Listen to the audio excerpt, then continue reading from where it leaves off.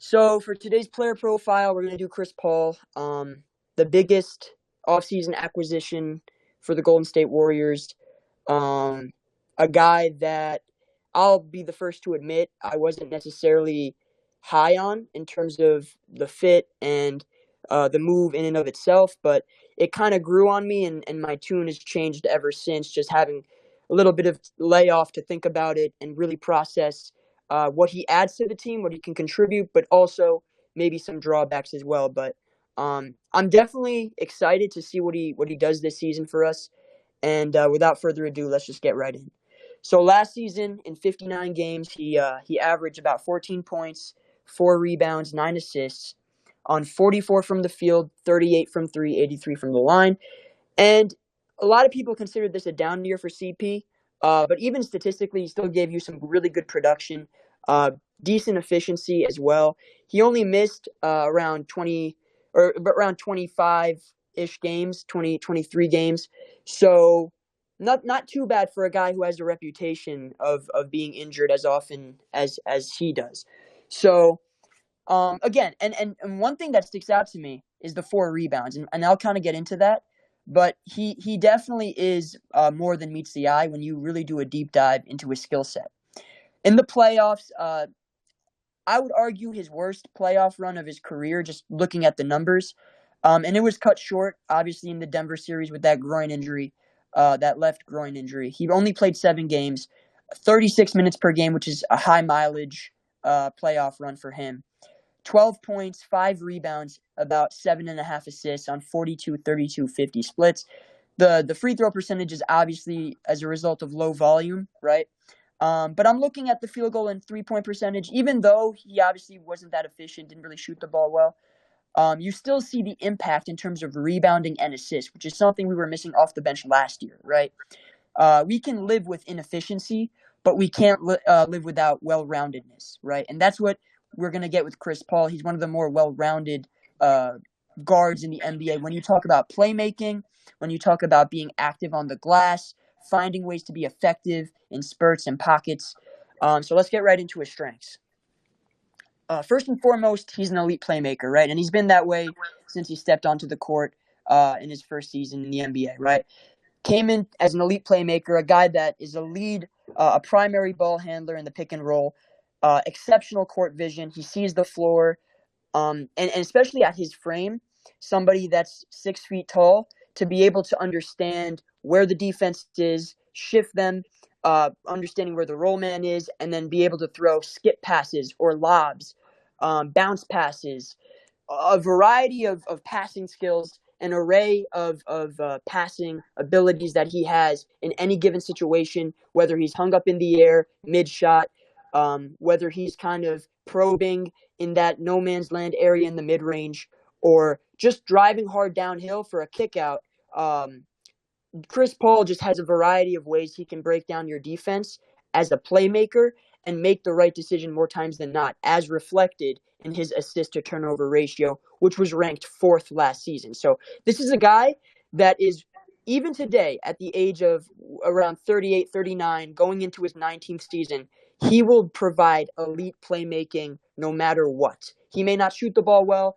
He may give up some points defensively because, he's older. But at the end of the day, you know what you're getting from a playmaking standpoint, and that is 90th, 95th percentile at that level. And then the next strength that I kind of pointed out was his mid-range, and particularly in the pull-up, right, in the pick and roll, high ball screen, when he's able to kind of go in, like I said, that mid-range area, that 14 to 17 footer, and he's able to kind of take advantage of the space the screener creates, right? He may not always be looking for that pass, whether it's a wraparound to the corner or a lob to the rolling center. He may just simply say, okay, the defense has overhelped or overplayed a particular option, a particular counter, and as a result, he will take what's provided, what's given to him, which is that mid-range shot, which has been so deadly and effective for his entire career. When we talk about volume and efficiency, this isn't a guy that's taken, only a few a game. No, this is a fundamental aspect to how he approaches and counters defenses. So when you talk about efficiency as well, he's among the best. He's among Kevin Durant level standards.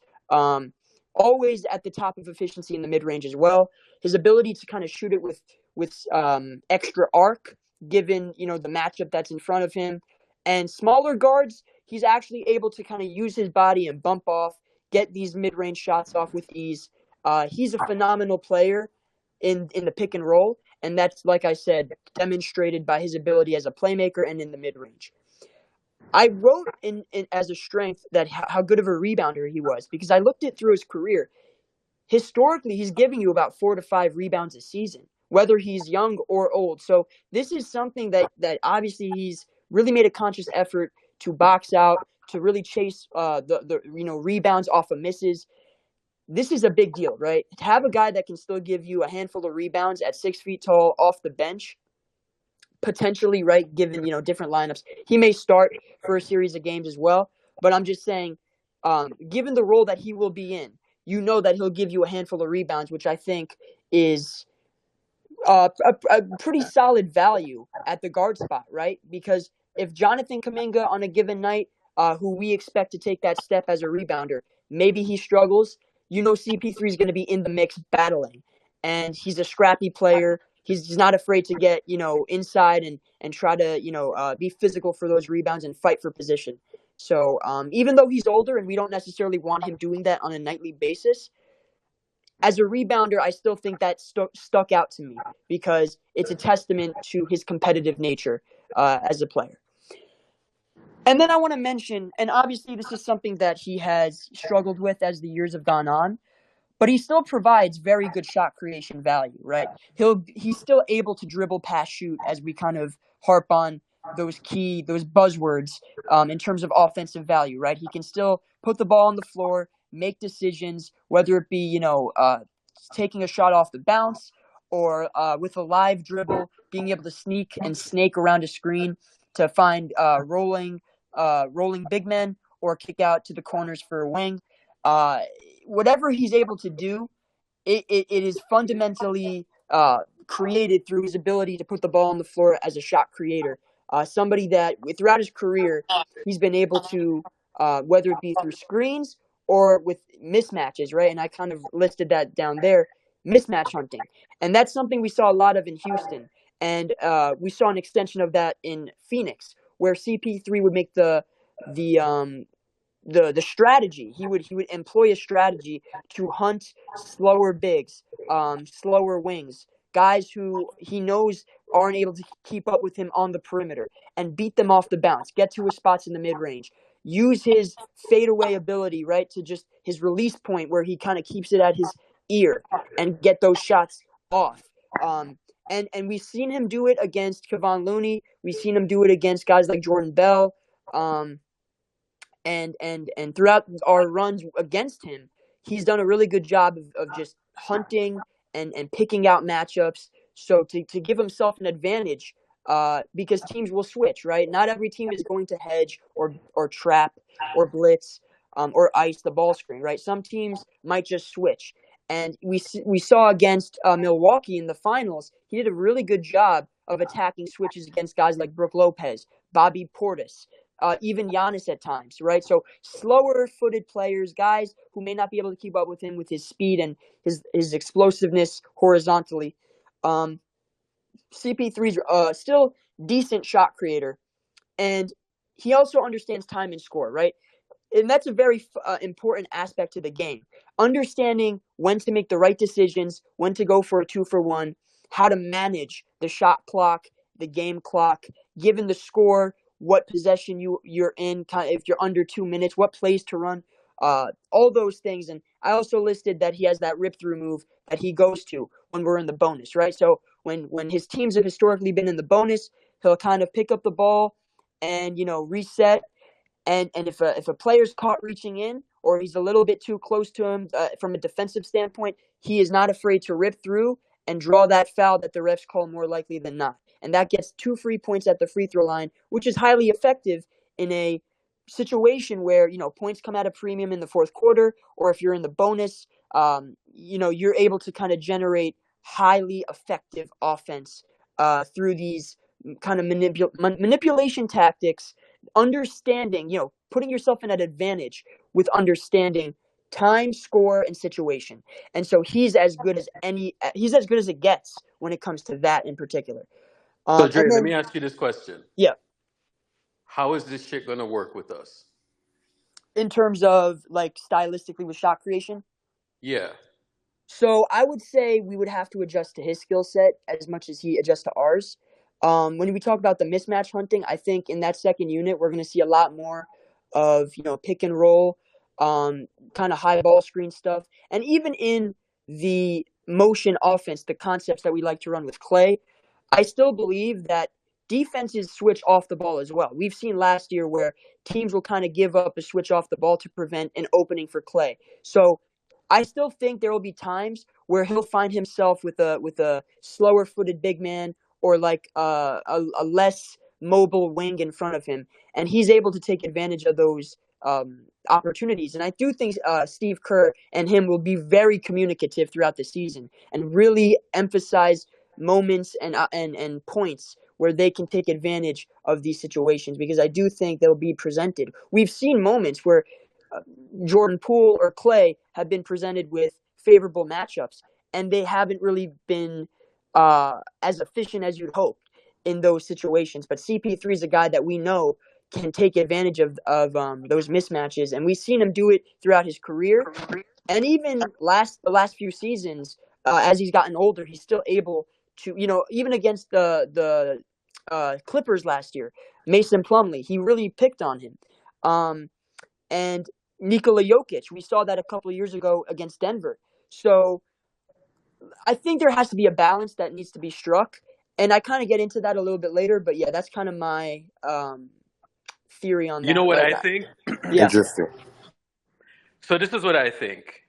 So typically he would, he had like a dive big and all of that stuff. But I think when him and Steph and Clay are on the court, so there's one thing when you have like a lob threat, a vertical threat, whatever you want to call it.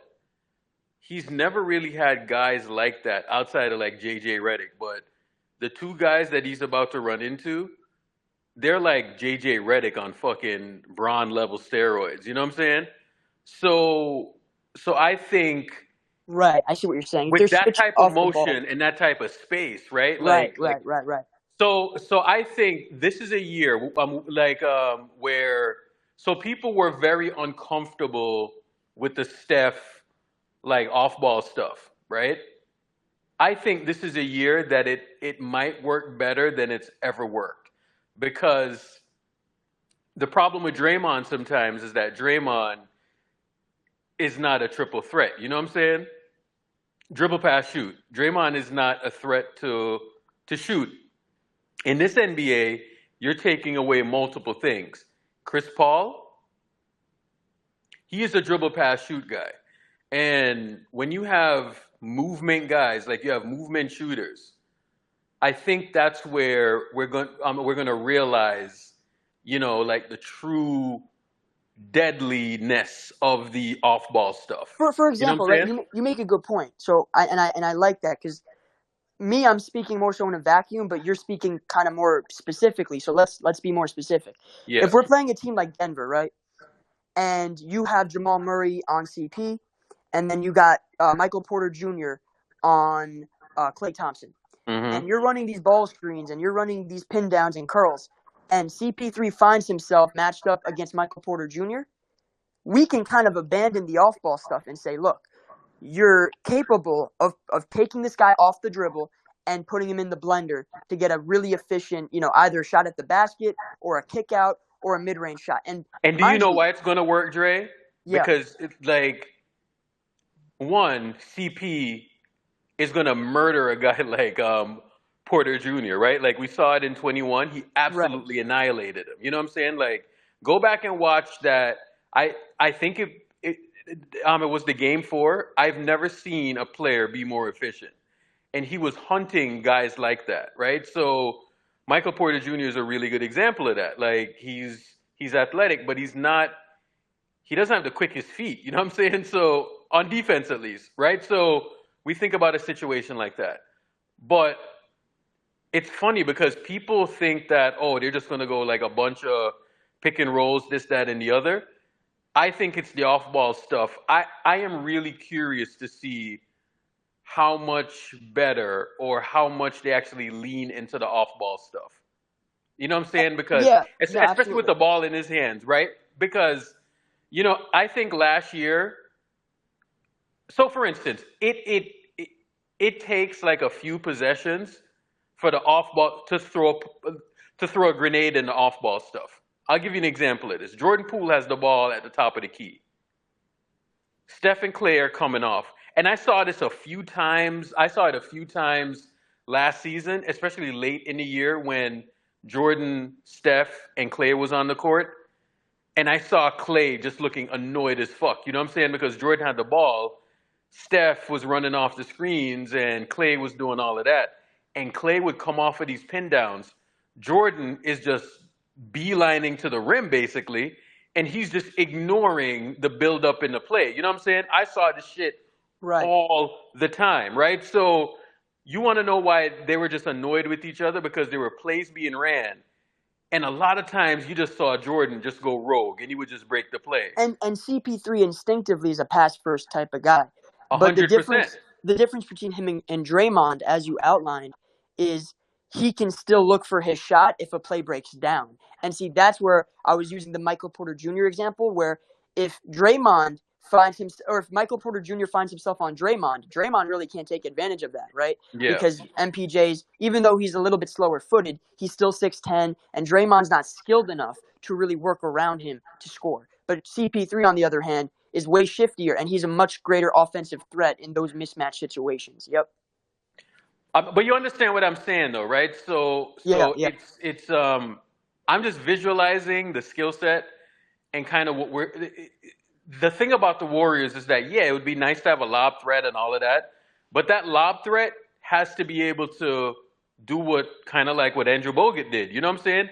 Like Ricky G is right in that sense about like a lob threat, vertical threat, and all of that, but you cannot put a lob threat in there that doesn't know how to make those decisions. Andrew Bogut was an amazing decision maker. You know what I'm saying? And he And wasn't like the most athletic guy, but if you throw a lob up there, I mean, he could finish it. You know what I'm saying? So that's what they need in terms of the offense, right? Like that's what they need a big to do. Now, this is where I'm gonna like be really, really watching this shit, bro. Like I'm gonna be watching when Chris Paul, like when Stephen Clay is off ball, how deadly is that set? How deadly is that offense right. when they're coming off of those pin downs? You know what I'm saying? Can I interject? Go ahead, man. Yeah, usually I wait towards the end. Dre always asks me what I think, and I give my off the dome soliloquy. But I'm just gonna set it off. Like, are we actually ready for for CP3? Because I'm not saying that Dre didn't do all the work, but I'm gonna give you guys from a player's perspective. Let me ask you guys a question first. How many point guards has Steph Curry ever played with? 0. That One. that no, never. He's never played with a point guard. Jared Derek Jack. Jack, nope. Yep. Jared Jack's a two Jared guard. Jack No, counts. I was Played gonna in say Toronto Sean and he's a two guard. Livingston. Sean Livingston. He's not. He's not a point guard, man. Sean Livingston's not a point guard. He's a guy who plays the 1, 2, and 3.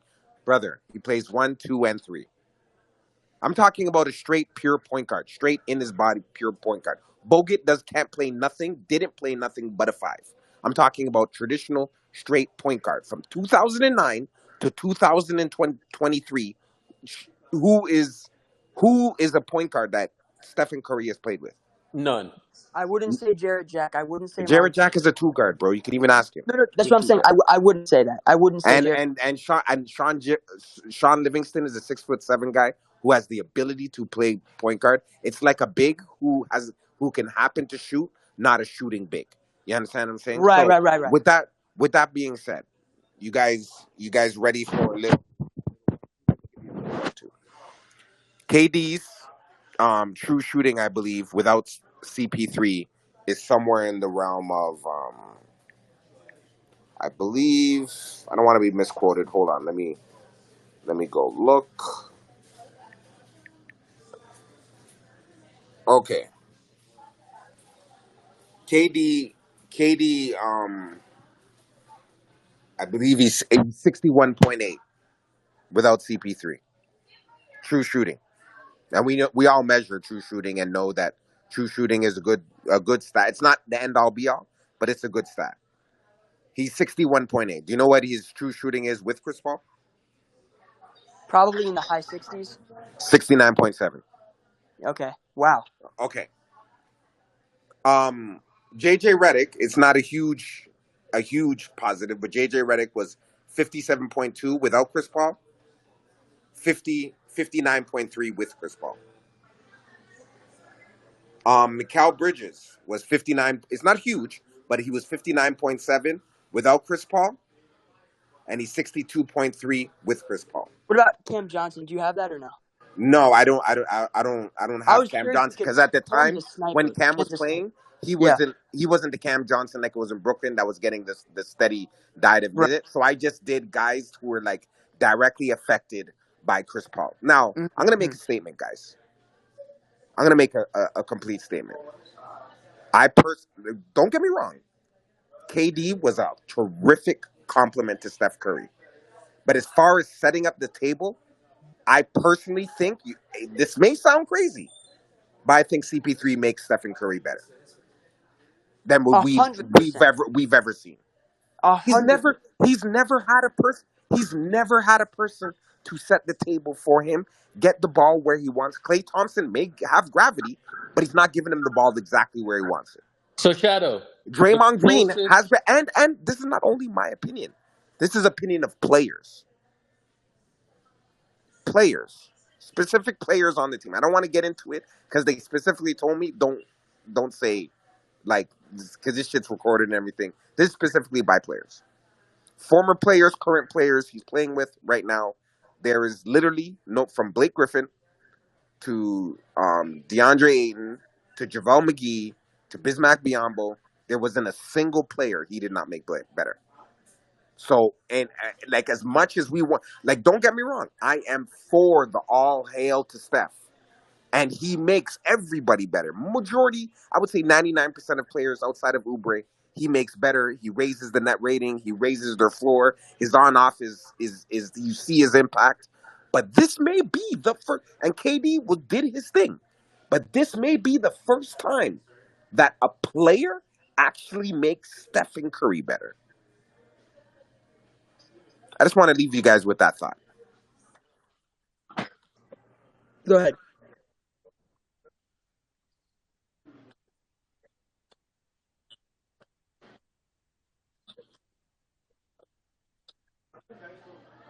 I think I there'll would be say, a good. There'll be some lineups for sure. Like I can see a number of lineups where, and it depends on the matchup, right? Like if you're playing certain teams, it may not be ideal to have that small of a how much backcourt. how much did Steph play with Jordan? A lot, a good amount. Like can you someone just like bring the data? Like I'll find the data. I'll I find the I data. I, I personally feel it like like Kerr doesn't really mix up shit too much. He kind of like he like reverse engineers situations and just places them. It's like a puzzle with Kerr.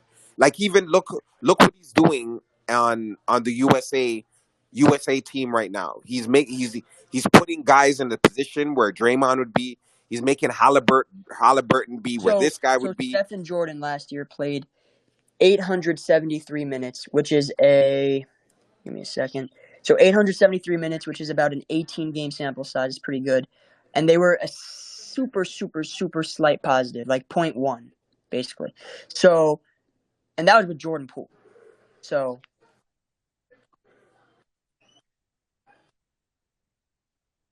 No, but I just think like Steve Kerr's a slot guy, man. He just puts guys in their slot, and Kerr, even though like we look at CP is not a scorer.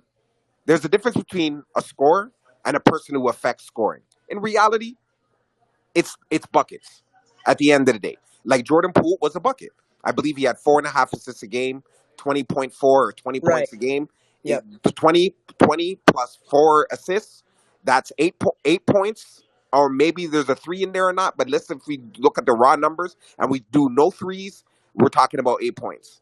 CP3, 14 points a game, 9 assists. The 9 assists, let's not put no threes in it. That's 18 points plus his 14 points a game. 13.9 is 14. You understand what I'm saying? So we're talking 32 points. Jordan Poole accounted for 28 points.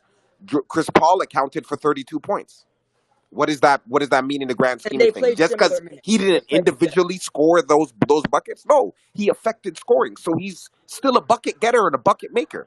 You understand what I'm saying? He generated those points. So with that being said, like bro, like yes, they're different players, but for what the Warriors need, they needed Jordan Poole to get buckets and help get with the scoring output.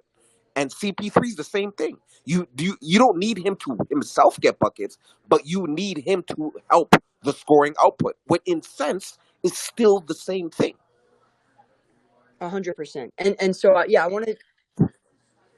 yeah, I want to double down on that, right? So like I said, as I mentioned earlier, like the dribble, pass, shoot, the combination of those skills, and he's still a guy that even if the sets break down, right? You're calling a split action and it kind of breaks down. Loon has the ball. You can run a get action with CP3. And we also got to remember, Kevon Looney and Draymond Green are among the elite screen setters in the NBA. So the separation CP3 is going to get coming off those screens, snaking through them in the mid range, he will have ample opportunity to score the basketball during broken plays, against mismatches, and even in situations where, if a defender has to play tight to the screen because Kevon Looney is so great at setting one, or Draymond is so good at setting one and creating that separation, CP can use his body and initiate a rip through that puts him at the free throw line if we're in the bonus. So there's so much skill and there's a lot of skill set and layers that's involved with him. He will be a positive offensively, no doubt. The question is, can we put the right personnel around him to insulate his defensive issues? And we're going to get into that a little bit more, but I love this conversation because we're kind of getting into the nitty gritty of his value and what he's going to contribute. And then the last thing I noted just for this slide, because I have another slide of strengths. I have so many strengths I listed out for him. But the last one I mentioned on this slide was that he can play off the ball. He is capable of doing so. We saw it in Phoenix, and we saw it at times against when he was playing for the Thunder, by the way. So, because remember, the Thunder were running 3-guard lineups with Dennis Schroeder, SGA. So we've seen now with Chris Paul, has the ability to play off the ball. He can be a floor spacer, particularly in spot-up situations. Now, he's not necessarily a movement shooter, right? He's not a guy that's going to come off a curl and knock down a three, right, against a closeout. But he is somebody that, if the defense leaves him open and you find him on that, left wing, he can knock it down in a spot-up situation. And on top of that, he has the ability to what is called stampede the catch. If you guys don't know, in other words, kind of running towards the ball. So off of a pass, you give yourself an immediate advantage. So you can kind of run towards the ball, catch it, and then now you've created a little bit of separation from the defense. Now you're driving into the paint, dribble penetration, either for a jumper, a floater, a shot at the basket, or a kick out. But regardless, he has those abilities, and that's a direct result of his shot creation to dribble, pass, shoot. So anything and everything he can do is a result of his ability to be to just as a skillful player. And that's why when Urkel's kind of coming up here and he's breaking down the different varieties and the potential next to Steph and Clay, it's because Steph is a dribble pass shoot guy. It's because Clay is a guy who can shoot and he commands attention from the defense, which results in him creating advantages off of all secondary actions. So in a way, he can pass. He does have some secondary playmaking creation from that standpoint. And on top of that, while Clay can't necessarily dribble off the bounce, it's his off-ball ability combined with two shot creators that can really open up the offense. We don't really need three guys that can do that, right?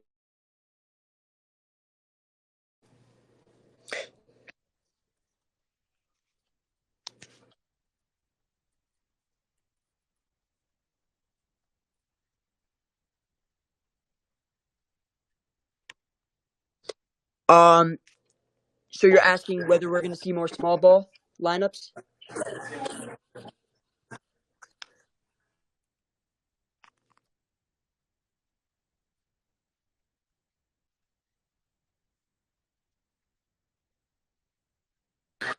Yeah, we're gonna have times where we run that, but keep in mind our bench is bigger than our starting lineup. So Kevon Looney is the tallest in the starting lineup. He's 6'9". You understand what I'm saying? Like there's Dario Saric on the bench. There's Kamingo, who's now grown. He's on the bench. Like there's talk of adding another big in as our 14th man. So I think we're gonna run the small ball because at the end of the day, to be honest with you, the small ball works. I get like going big, but I think we want people to counter to what we want them to do rather than we're forced to do what they want to do. Everybody plays the traditional big stuff, and when we run and push the ball, we run guys off the court. Like Rob Will was terrific in the regular season, but he kind of got played off the court, you know. And Absolutely. guys got the Dallas big Kleber and a bunch of other guys like they got Dwight Powell. Those guys had to sit down in the Dallas series. So I think that CP3, and I get that he's 6 feet tall. He's not the tallest in the world, but with all due respect, he's 2 inches taller than Steph, 2.5. You understand what I'm saying? So Wait, CP3's taller than Steph? Or you mean Steph is? Steph is. All right, word. Okay, let's get to because I have a long way to go here.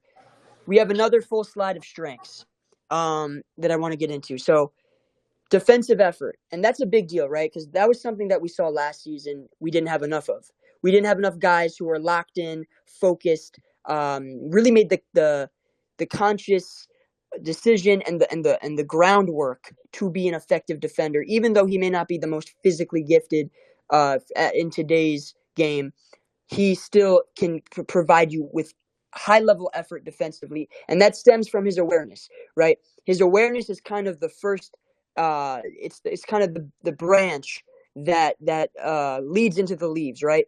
So the awareness that he has on and off the ball, understanding what direction the screen's coming from, how a play is developing, calling out different sets, communicating, right? Being vocal.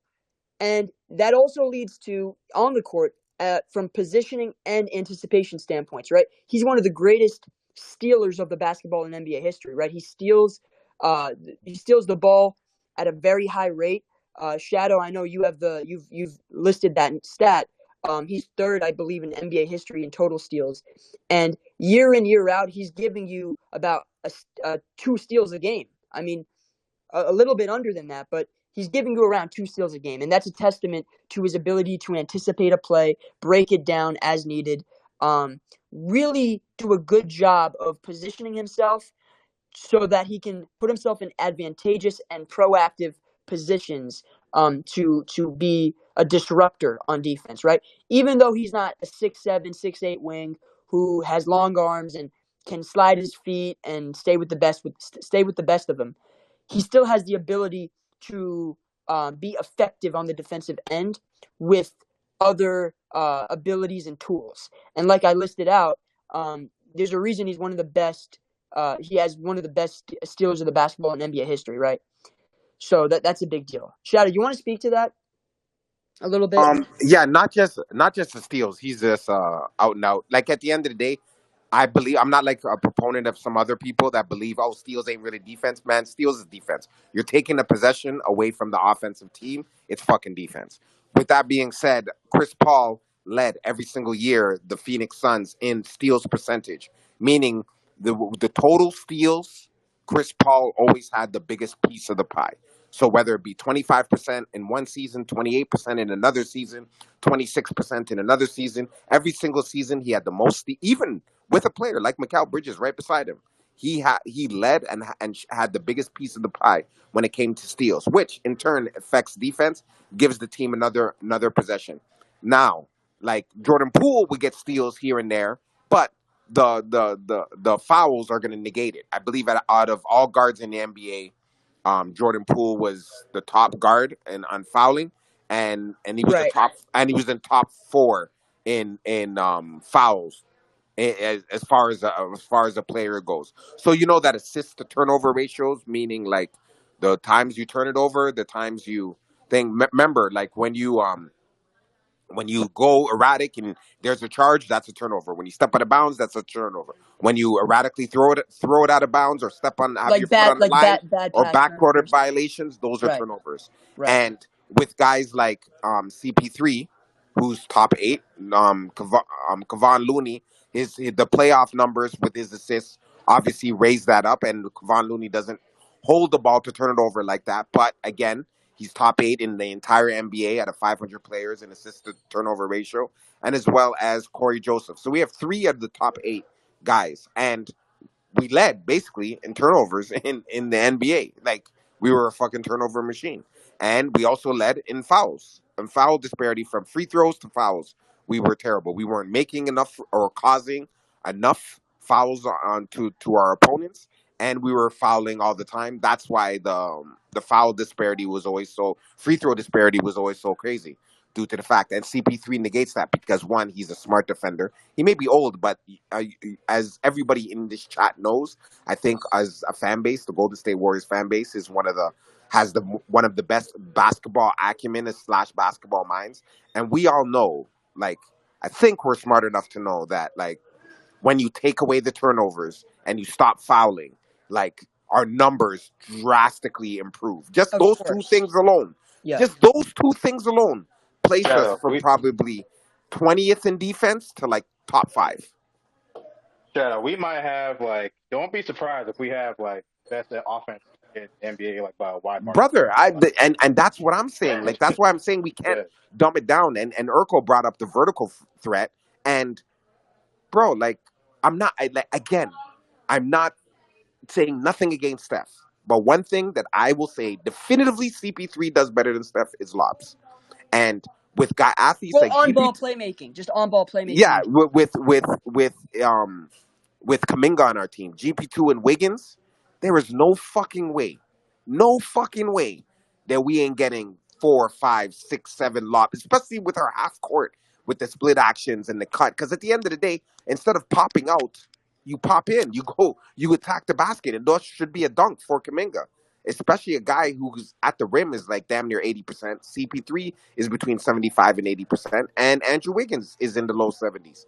Like these are things that CP3 is going to help with immediately. And I do not need Stephen Curry.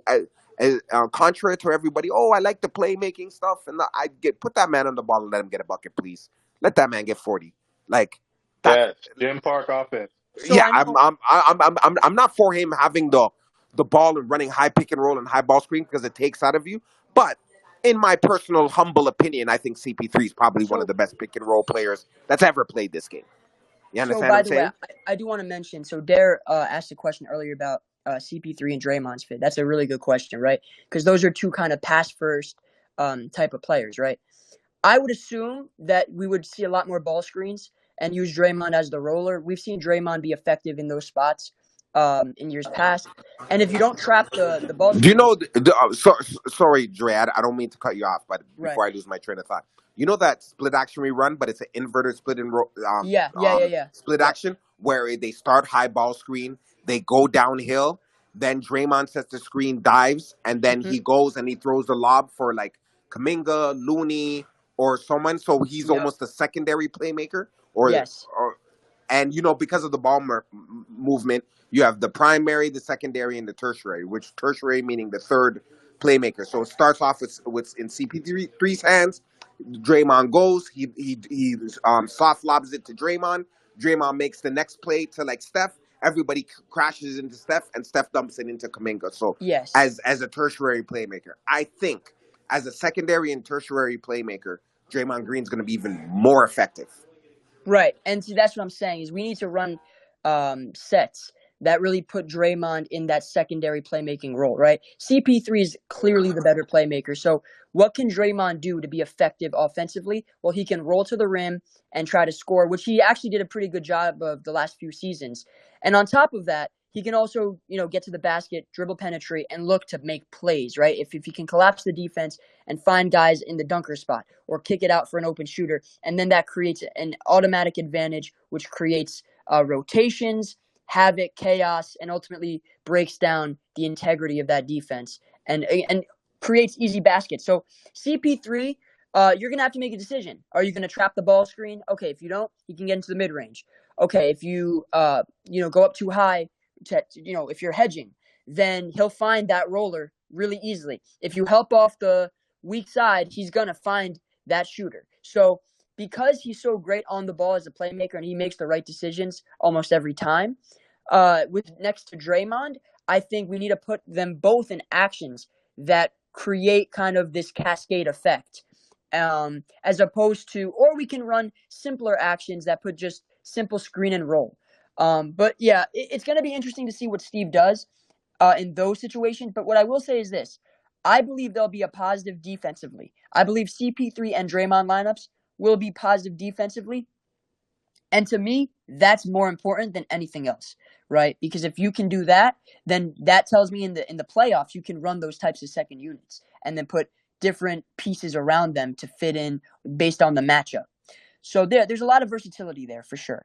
But at the end of the day, when you have two experienced players who play with a cerebral approach and they really think the game at a high level, very little can go wrong. Because both players are unselfish and both players understand that there's multiple ways to attack. So they'll find the best way out of, those variety of ways that they'll explore. So furthermore, like I mentioned, he does put in the defensive effort. He does have really good just positioning, and that leads to his anticipation, breaking up plays, being a disruptor, kind of hustling back on defense to pick off bad passes or reading plays before they develop. Because as a point guard, you kind of understand how plays develop and how they're created. So he's able to kind of use that frame of mind defensively and take advantage of those situations on defense. His adaptability, I think, is one of the most underrated things that we've seen. Just his ability to adapt to different situations, different personnel, different coaches, different players. Like, if you look throughout his career, right, he's played with Blake Griffin and DeAndre Jordan. He's played with guys like, Tyson Chandler, David West. He's played with DeAndre Ayton, Devin Booker, Kevin Durant, James Harden, Clint Capella, right? So many different players, so many different skill sets, so many different abilities. He's had to play on the ball, off the ball, in pick and roll, my turn, your turn, high ball screen. So many, with lob threats, kind of a faster paced in with Lob City. So he's played in so many systems under so many coaches, right?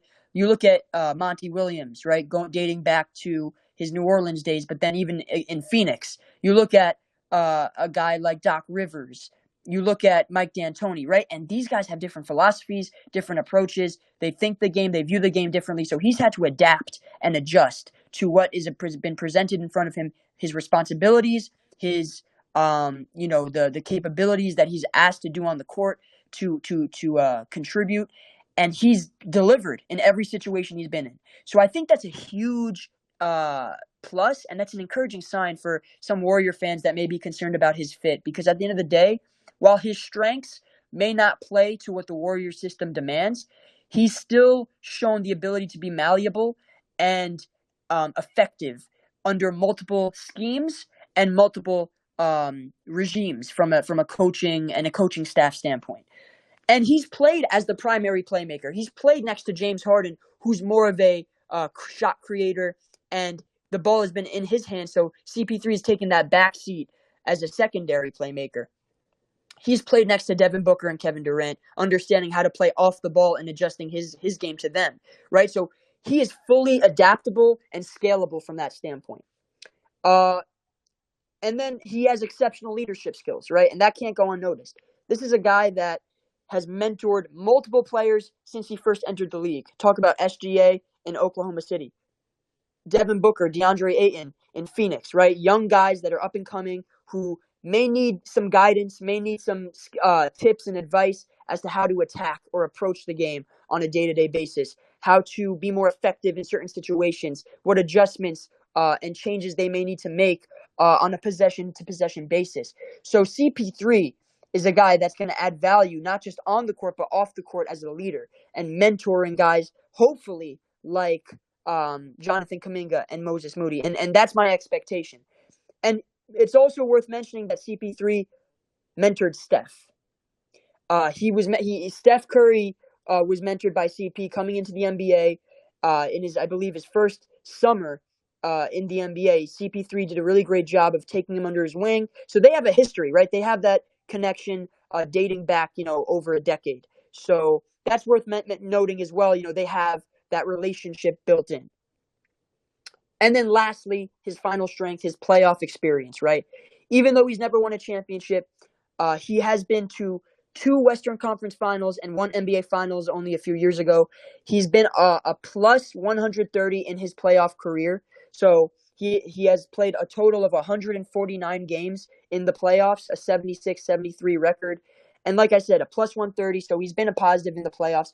Even though a lot of his playoff runs didn't end the way expectations may have been placed or certain fans might have hoped.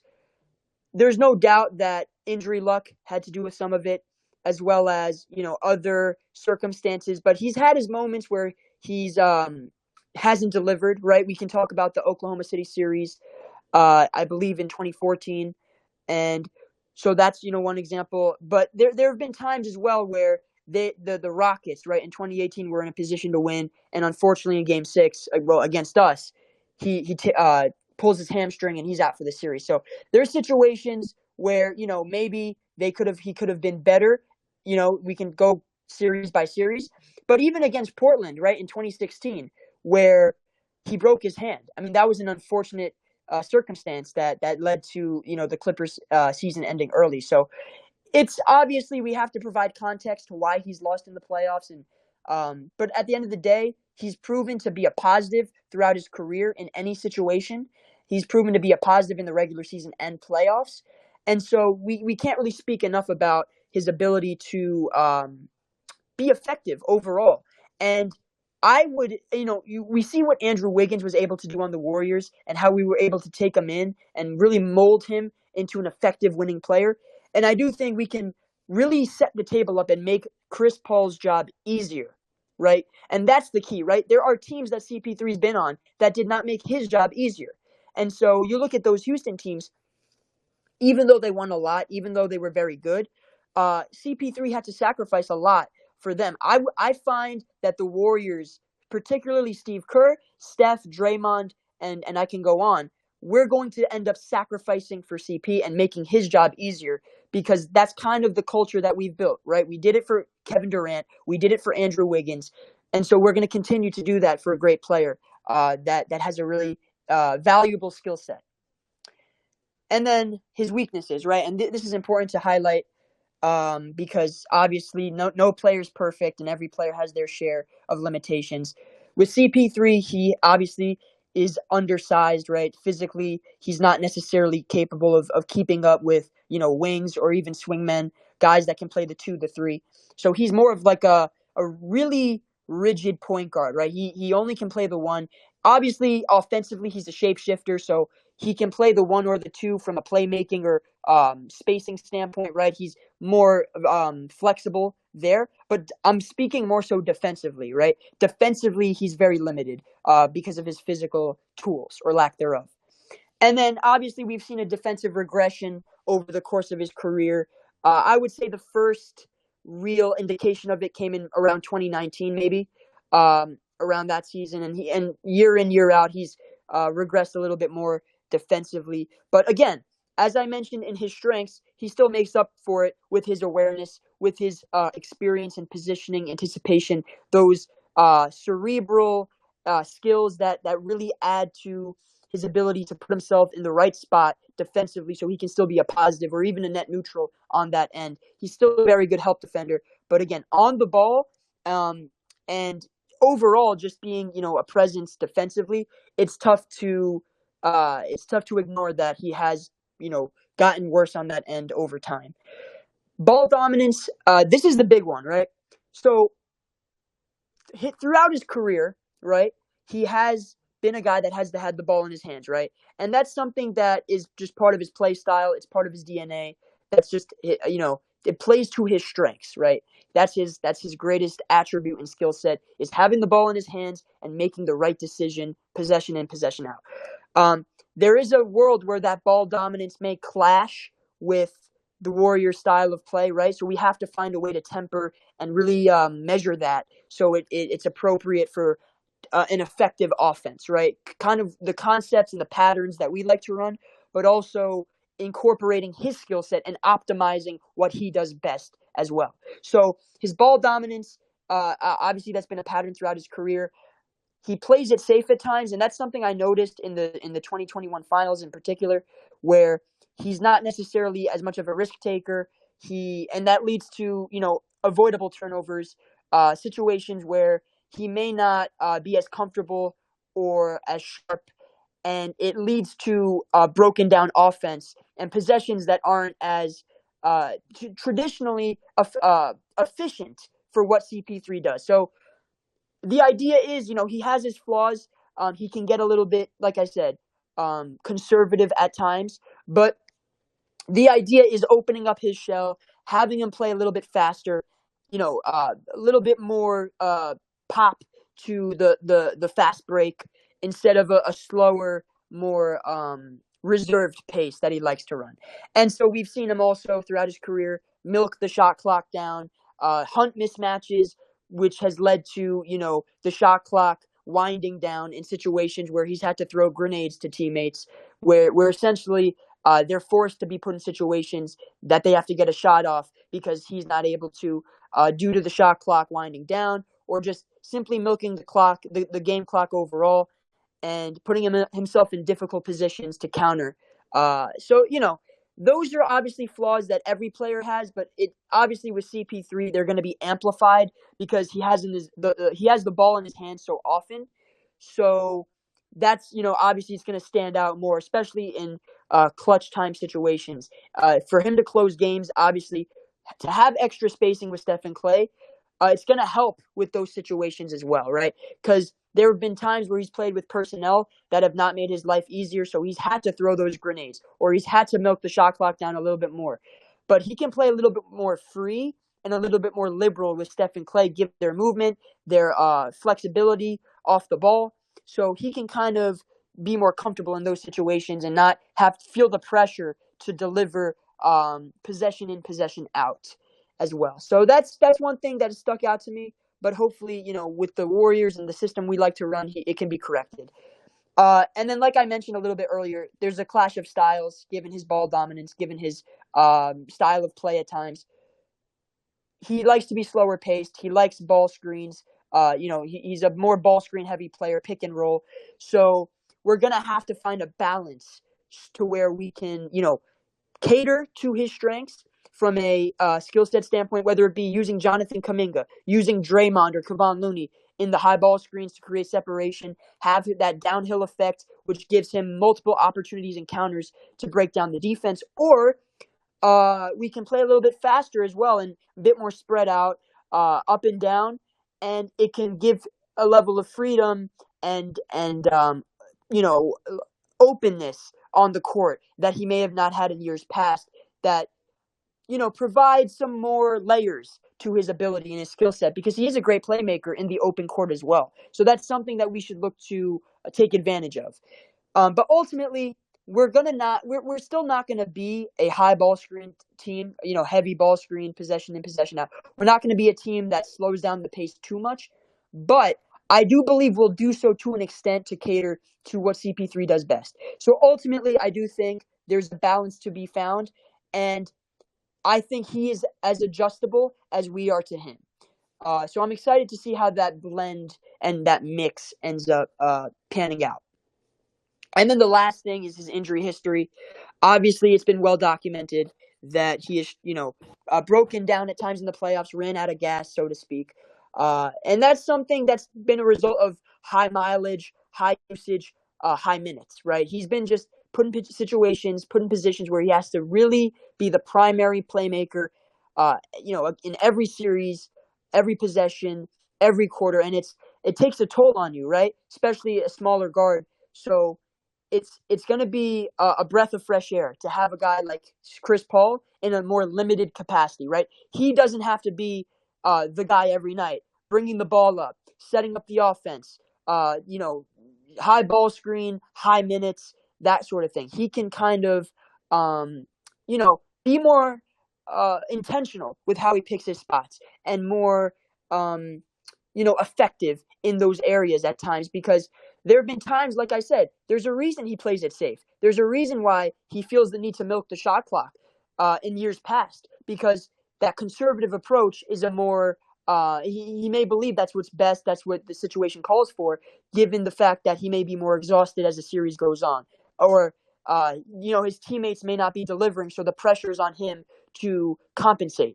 So with Steph Curry out there, obviously the greatest pick and roll player in NBA history from a points per possession standpoint, and one of the greatest shooters, scorers, and ball handlers ever.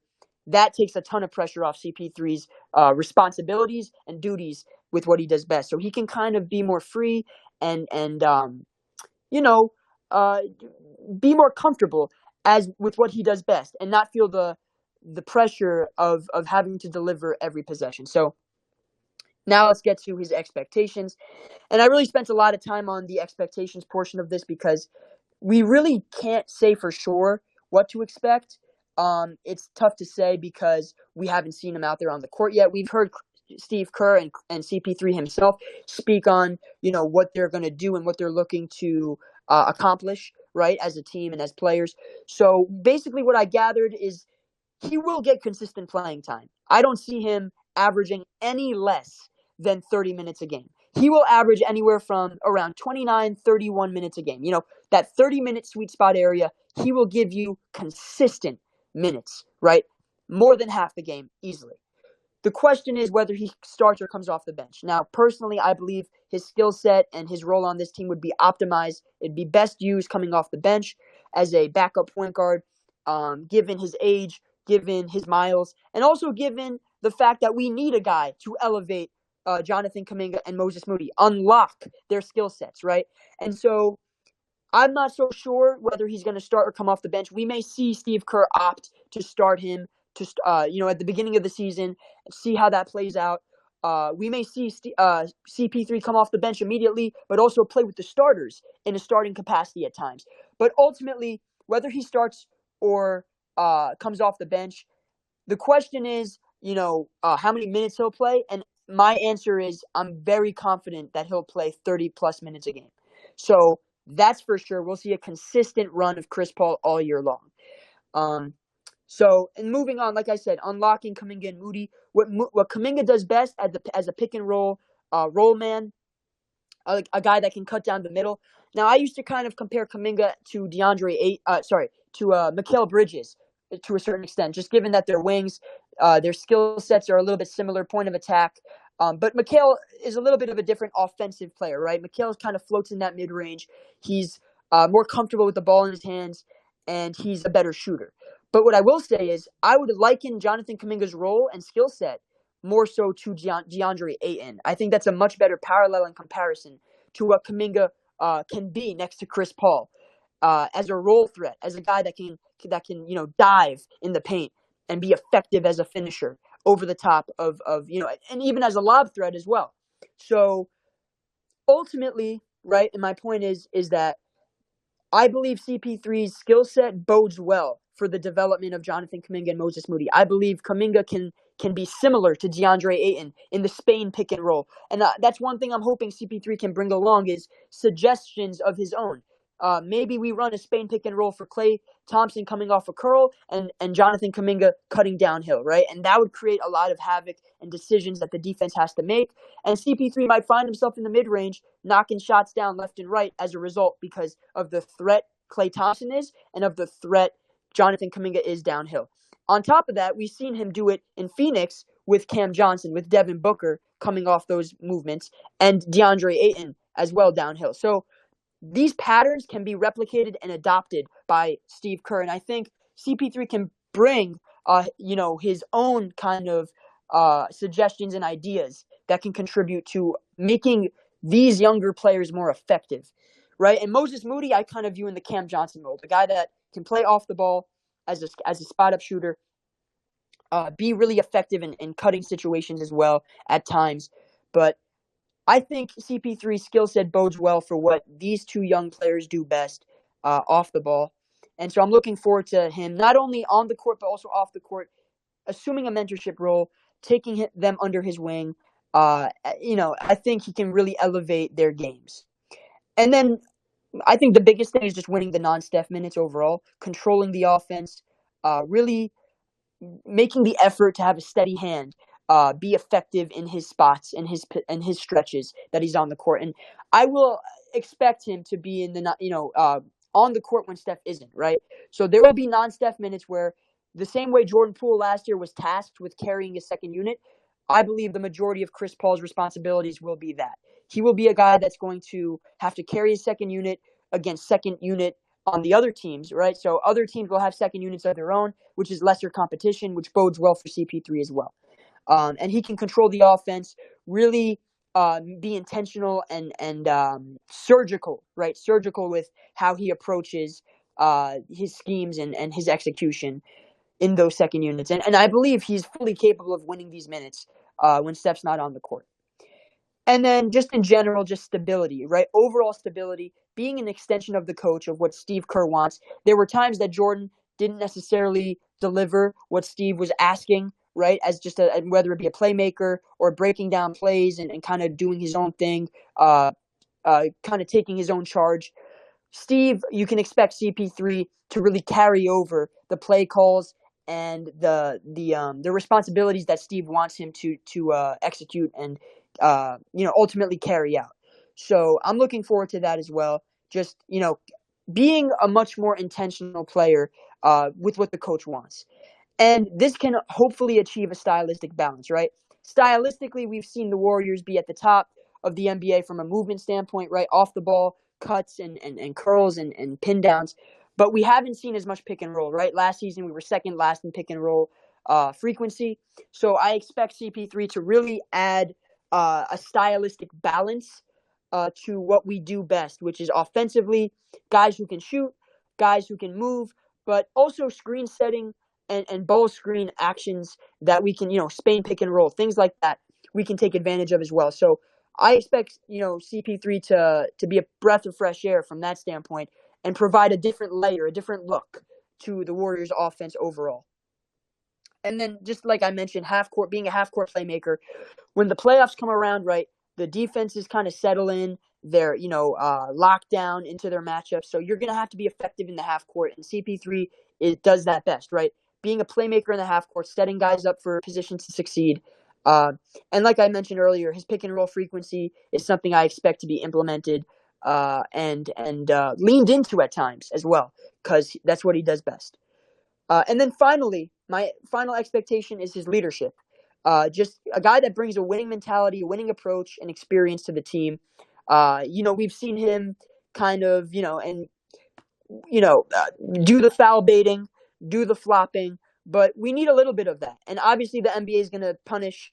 They implemented the flopping rule where it's going to be a technical foul now, but we do need some competitive edge that I felt we were missing last year. A guy who is willing to put his body on the line, to put his mind to the test, and really do every little thing in his power to win a basketball game, right? In the margins, right? These are the marginal things, right? Understanding when we're in the bonus and executing a rip through. Time and score, really providing that winning spirit.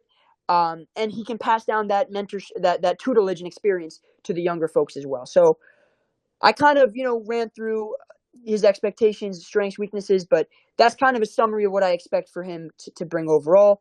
And anybody on stage want to add to that? Anything I missed? Anybody in the chat? Any suggestions? Any ideas or thoughts? because I'm about to get into his player projection to close this out. So, any contributions? Yeah. Go ahead. I just want to add real quick. Great breakdown, by the way. Amazing breakdown. Oh, Um, appreciate that. Um, yeah, just with CP, honestly, I think like we're just gonna have a master class of offense because that's the thing. I think CP has mastered like half court offense like to a T, and then us, we've mastered like the motion offense and all that. So now if you combine both of those, it's gonna be even better. And Sarge is on the team too, so he already kind of understands how CP operates, and he's gonna come off bench anyway. So I think it's gonna be a great year. I just want to throw that in there. But yeah, great 100%. breakdown. I love what you said there. I actually forgot about the Sarge connection. Sarge, a guy that can pick and pop. Like you said, the previous chemistry that they built in Phoenix, and you're right. I expect CP3 to be scalable, adaptable, malleable to any set that we run, and I expect that from us as well. I expect us to cater to his strengths and his abilities as well because he is such a high level basketball player from a skill set standpoint. Like I said, dribble, pass, shoot. We always harp on those qualities. And so, no doubt that he will be effective on that end. My whole the big question for me is how effective will we be able to insulate him defensively, right? Insulate him in terms of can we put like GP2 next to him? Can we put guys like Kuminga next to him? And is he able to elevate them offensively to where even though they're considered non-spacers or they may be limited as shot creators, it's on CP3 to carry the mantle and elevate the offense when those non-shooters or non-scorers are on the court. And so that might be the challenge is kind of protecting him defensively so we have positive lineups, but also having him in situations where he can elevate others. So it's definitely going to be a balance, but we're going to experiment with different lineups, test out different combinations, and we'll see what happens from there. And then finally, I just want to Absolutely. mention. Yeah, Oh, absolutely. yeah, go ahead. Go ahead. No, you're good. You're good. Yeah, like that's what's true. Like, cause with that and then the Sarge connection, you just mentioned something that I forgot about too. Now go ahead with your point. I'll put it in after. Go ahead. All right, yeah, I'll read the chat after. I just wanted to. I know Urkel's starting his playback soon, so my final player projection for Chris Paul. This is kind of like my own little uh, subjective kind of prediction of what he'll average and kind of the production he'll give us overall. And so I expect him to play over 30 minutes, like I said. 31 minutes per game, like I mentioned. A good chunk of minutes. Jordan Poole averaged about 30 minutes last season, right? The last 2 seasons, actually. So I actually expect CP to play a little bit more than Jordan. We might even see around 32 minutes. So he'll be playing in the low 30s. And even in Phoenix, he was playing around low 30s minutes as well. So this is nothing different, just maybe a different capacity or different role. But his playing time and his opportunity will remain the same. And then his points per game, I expect to be around 12, right? 11 and a half, 12. 4 rebounds or so. The reason I actually have it a slight under 4 is because I think Kuminga is going to take a step as a rebounder. So those rebounds have to come from somewhere. So maybe they might eat a little bit at Chris Paul's, but about 4 rebounds. And then 9 or so assists, right? 9 assists, close to 10 maybe. Obviously, I believe he'll come off the bench and he'll be effective in that capacity. So there might be a little bit less opportunity to find better players like Steph or Clay. But I do believe still he's among the elite playmakers in the NBA. And he's a guy that, is going to give you a religious 8 to 9 assists every night. He's been averaging that for however many years. He's been in the, 18, 19 years. So this is the standard, right? 8, 9 assists a game is what I have him at. And then finally, about 2 steals. And that might surprise some people, but you look throughout his career, that is a pretty realistic, output from a steal standpoint. Like, he might give us around 1.4 to 1.7 steals a game, and so that's kind of a rough estimate of what I expect because he's always been active, looking to break up plays and anticipate how they develop, being effective in that standpoint and in the fast break, pushing the pace. So he's been a guy that's always been really crafty and shrewd with those types of things. So I expect that to continue, obviously. And then about, the blocks, whatever, 0.3, it is what it is. And then field goal percentage, I have him at about 46 and change, right? Last season, he shot 44% overall. I think we'll see an increase. I think with the greater spacing, with Steph Clay, as well as guys like Kuminga and the offense we like to run, he'll be in much more efficient spots and opportunities, and that'll result in more efficient results. So I think he'll be around 46, 47% from the field. And then from three, I think he shot about 37.5 last year. I have him at around the same, 37%. Maybe a little bit lower just because I think his attempts might be up. He may feel the need to, just take more threes because the Warriors have always been like a 3-point shooting team. So that might be an inclination of his. And so he may just be a little bit less percentage, a little bit less efficiency, but his volume might be a little bit higher, right? So we may see something like that. And then his free throw percentage, the standard 85, 86, 87%. He always is. He's always been a really elite free throw shooter, mid to high 80s. So 86, 87% is what I have him at. And then finally, his plus minus. I have him next season at a plus 237 overall. And mind you, that plus 237 is with 64, 65 games in mind. I'm going to assume he doesn't play all 82. And so I'm going to assume that he plays around 65-ish games, which is around what he played last year. I think he played like 59 or something.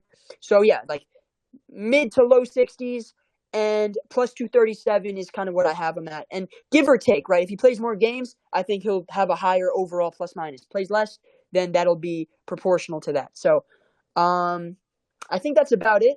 But hey, we have like 5 minutes or so to kind of get thoughts and ideas and conversation going. So anyone in the chat or on stage want to add anything I might have missed or disagree? Shit, man, this was one of the. I spent a lot of time on this, a lot of thought. So I might have, even then I might have been too locked into something. But this was my best effort. So what do you guys think? You anything to add overall or? Yeah, Dre, First off, go ahead, go CJ. ahead, go ahead. Okay. No, you good, CJ. Go ahead. All right. I just want to say this real quick. That leadership thing. So you know how he would like Dennis Schroeder in OKC. You know how like he thrived off of playing with CP3 and how CP3 was a great mentor there to Dennis Schroeder. And same thing in Phoenix. Campaign was kind of a joke around the league, and then he goes to Phoenix, and CP3 goes there, and CP3 mentors him, and Campaign becomes a viable backup point guard on a championship contending team. Right, so I expect CP3 to do the same with Pods, and I think Pods will, like I said the other day, will benefit immensely because of CP3's veteran presence and mentorship. 100%. Well, what were you gonna say, CJ? Or was that AK? Yo, yeah, AK. Dre, another fantastic breakdown. Thank you for doing this today. It was really well rounded and even more in depth than some of the previous ones that we've done. So great job, obviously. Final thoughts. I think I'm with most of everything that you broke down. I think just as a summary, I would say, look, I would say myself as well as probably a lot of Warrior fans. Just the history of the battles and just the type of guy that he's been, and some of the things that we've seen on the court. I definitely haven't liked him most of his career. I'm not gonna act like I was a Chris Paul guy. Before he joined Golden State, definitely wasn't a big fan of him. But he's a Warrior now, and he's here to help us win. He said some stuff, but now he said some, he's kind of, I don't want to say corrected that, but he sounds like he said things that are positive to contributing to winning. He fixes much of the deficiencies that we had off the bench last season, many of which coming from, Jordan Poole, right? Particularly when it comes to things like assist to turnover ratio and, just having our bench unit has improved. He helps lift it significantly. If our bench can be even a net neutral with Curry off, especially in the postseason, that's a huge win for us. He lifts guys like Kuminga that we talked about yesterday massively. It'll help him develop. Being able to get him, really applying a lot more rim pressure off screens. That'll be really, really good for him. I think that there's something to be said, about some concerns that you mentioned, defensively and how we can kind of mask him. I think that we can with the starters. A little bit of a concern with him and Dre offensively, but I think that what what is provided certainly is more significant than that.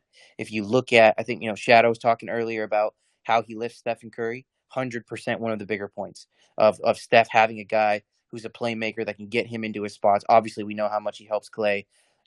Part of what I was thinking earlier, Ron, when he joined us, had a little bit of a fit in terms of thinking, well, one of the things I was thinking right away is that, later on, especially in the postseason, it gets some, Curry loses some possessions on the ball. And I wasn't sure how I felt about that initially. Because he is so effective on ball as a playmaker. We all know, those PPP stats, on ball screens. But the more I thought about it, the more I realized that all he does is just make our offense more dynamic and makes the defense have to adjust in more ways.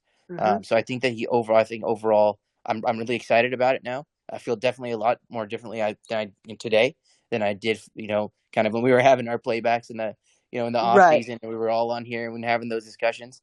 It sat with me, and I've had some time to think about it and Yeah. really analyze it, and that's kind of where I'm at now. 100%, man. I appreciate that. And I agree with you. I think, obviously there are some question marks, but to me, they're only question marks, right? I Yeah. won't call them concerns because CP3 has proven that he can adjust, and he's been malleable enough in every system to kind of compensate or overcome any issues that might have arisen. It wasn't James Harden that sacrificed. It was CP3 in Houston. It wasn't, SGA and Dennis Schroeder. CP3 took a backseat, and he was actually 67th percentile. I looked this up earlier today in, I think, assist percentage or some really important assist stat. He was like, and that was uncharacteristic. CP3's never been below 90% for his career. And that was the one season he was, which told me that he took a backseat as a playmaker and was able to allow them to thrive and do what they do best, which is score. So he has and again, this guy, he can sacrifice. He can play off the ball. He can, he's obviously an elite pick and roll player. So there's so much skill that's going to get added to this team. Now, obviously, the defensive concerns, or not concerns, but questions. To me, they're questions because, again, Phoenix, you look at Phoenix, they've been an elite defense for years. Dating back to 2021, the last few seasons that CP3's been on that team as a starter, he's been, or that team has been elite defensively. So that tells me that he can be on elite defensive teams even at this late stage in his career as he's aging 37, 38, 39. So, again, while there are maybe some question marks about that, to me, we have Jonathan Kuminga. We expect to take a step. We have GP2. We know who that guy is. And then Andrew Wiggins, Draymond, and then Kevon Looney. So we still have some personnel to, it's just a matter of finding the right combos and the right lineups to truly, work what exactly is truly effective on a night-to-night basis, given the matchup. But I still believe that even individually as a defender, he's aware enough. He's not going to do what Jordan Poole did and allow blow-bys. He's a much better help defender. He's way more experienced, and he just has greater positional awareness, scheme understanding, that kind of thing. And all these little things add up to a guy that's been a positive his entire career. Yeah, I'm totally with you. I think, all of those are questions. Like, for example, one question mark I had, one of the things I was looking at the other day when I was thinking about closing lineups, like with him and Steph, I was looking at his effective field goal percentage on catch and shoot over the past few years. Last year was really bad, but over the past few years before that, it was a lot better. Those are all question marks and things that I think that'll work themselves out. And I think that once he gets a better feel for the system and he understands the spacing a little bit better, particularly when he's off ball, you'll be able to start knocking down some more shots. The only thing, Dre, that I have that is an actual concern, not necessarily a question mark, is just durability. He's 39 years old in the postseason. Is he going to be able to hold up? He is I project he'll play the same kind of amount of minutes that you have, in the low 30s, 30 to 32 per game in the regular season. While that's not super high for a guy that's 39, it's definitely logging minutes, especially if it's over 65 games, say 65, 70 games. So that's just the one thing. I hope that he's able to hold up. Doesn't pick up any, soft tissue type injuries, especially going into the postseason. That's my only real concern. Everything else, yeah, I'm totally with you. And more just lastly, and then I want to get Darren here, and then we'll close this out.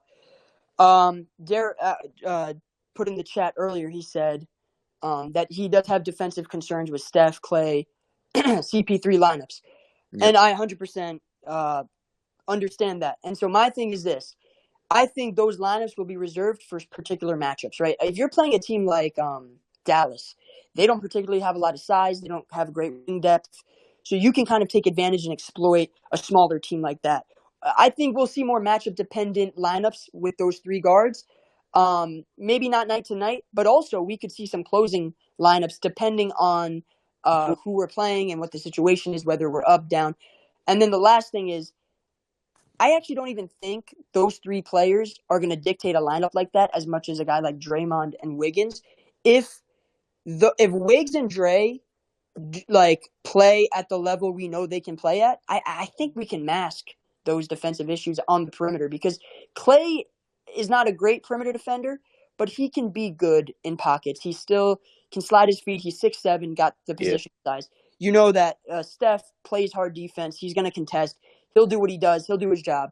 And CP3 is smart enough to understand the nuances of positional and anticipation and rotations and that kind of stuff. So ultimately, I think those lineups, like if you tell me Draymond next season is a Depoy level player, those lineups are going to be among the best in the NBA. Yeah. Draymond has to like how good was Draymond's defense last year? Because I'm not sure. Because some Warriors fans say it's like it was still elite, but it wasn't Depoy level. Like so I would agree with that. I think it was elite. I think it was 85th to 90th percentile, but I wouldn't call it the traditional 95th to 99th. Like I remember in 2022, he would have won Defensive Player of the Year. First half of Draymond, I remember him beating in Depoy ladders, and he was really locked at that. If that disc didn't flare up, I think he was definitely going to be top 3. Exactly. So if he can get back to that, this is a different conversation when we talk about masking deficiencies and that sort of thing. But yeah, man, I mean, I think Wiggins also, with all due respect to him, because Andrew Wiggins is one of my favorite players just due to his sacrifice and his role and just who he is and what he's done for our team. But I think he took a little bit of a step back defensively too last year, if you really look at it. So if Wiggs and Draymond can get back to like that 2022 or even 2021 level, Draymond was I thought he was Depoy level in 2021 as well. I thought Wiggs was maybe not all NBA caliber, but he was bordering on that. If they can get back to that, then you have the brilliance of CP as a playmaker, and he's scrappy too. Like there's players that are scared to get in the mix, and CP. He averages, I looked at the numbers. Steph averages about 5-ish rebounds for his career. CP averages like a little bit less, but like for a dude that's shorter and smaller, like that's pretty impressive. I would have expected somewhere like low threes, like 3.2, but he gives you about 4 or 5 rebounds. Yeah, but to add on that, Dre, CPD's he's a really physical dude defensively and like boxing out. Like defensively, like you get away with some fouls. Like he will hack you in the rest. So that's also another added bonus. That's true. That's a great point as well. I remember watching 2014 against the Thunder. He was like locking KD down the stretch of those games, and he was really bothering him, being a pest, just kind of bumping him and swiping at him, that sort of thing. And he was getting away with those physical movements because it's just he's a smaller player, so the refs are going to give him that little leeway. And he bothered. And he can get under players. Like he understands so much about the game itself. Like I can't even begin to speak on it. Like I'm kind of speaking in generalities right now, but like I'm sure he could break down way better than me, like what he does exactly to be effective as he's aged defensively. But what I do know for a fact is, last season was difficult for him, but he was put in a difficult position, right? With the KD trade. He had dealt with the injury, and Devin Booker got hurt, right? Remember that with the groin injury? Yeah. So he had to carry that team, or was it the hamstring? He had a groin or a hamstring. It was a groin. Yeah. So CP had to kind of carry the load at his age. It's tough. Yeah. Now the idea is with Steph is like maybe Steph, if something happens, CP can kind of just cover that up a little bit. But I will say this. The Warriors are far more equipped right now if Steph goes down than the Suns were when Book went down. Yeah, because when Book went down, the season they were first in the seeding, and then when Book went down, they started to lose. Yes, he can't carry that load at this age, and I think that's what he's realizing, and that he needs to be on a bench role now. And I think he can fill in for Steph at times, and they can stay afloat. But it has to be. Absolutely, man. Go ahead. But it has to be what?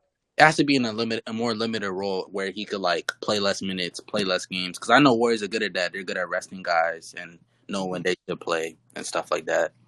No, you're right. 100% agree. And I think if we start off strong, it's to start the year, and we're like 14-6 or something, and you fast forward to like February, March, and we're like a top 2 seed. I think we'll start to see like CP rest some back-to-backs and maybe even Steph and Clay or whatever. Like I think last season we really approached it the wrong way. We were resting our players on back-to-backs from day one, like the first back-to-back of the season to the last, virtually. Like there was only a couple back-to-backs we really actually played. So the idea is we start off strong, and then that way provides us with that rest and that margin for error down the line. That's what y'all. Me too. Yeah. Just, no. No, yeah, exactly. Just keeps them fresh for the playoffs. Exactly. All right, I'll close this out here. I know Urkel started his playback, so I don't want to keep you guys too long. But this was probably the most time and effort. Like, it's funny, as I keep doing these player profiles, I'm putting in more time and thought and effort into them. So, yeah, man, appreciate that. So, yeah, let me know if there's anything like I could change or do better, or any ideas or thoughts. But I could tell you guys are enjoying it because the turnout every day is like increasing. So, like I said, man, I appreciate everybody for coming through. Tomorrow we're doing Andrew Wiggins, and then after that we're doing the core 3. So we're almost done with this, and then we got Steve. But yeah, man. Let's all head to Urkel later. Oh yeah, no, I got Jim for that, 100%. But hey, man, appreciate y'all, love y'all, appreciate like bottom of my heart, man. Because this is a really cool thing that I feel like we're doing. And we'll be back tomorrow, man. So see you guys in Urkel's playback, man. Peace out. Peace, gang.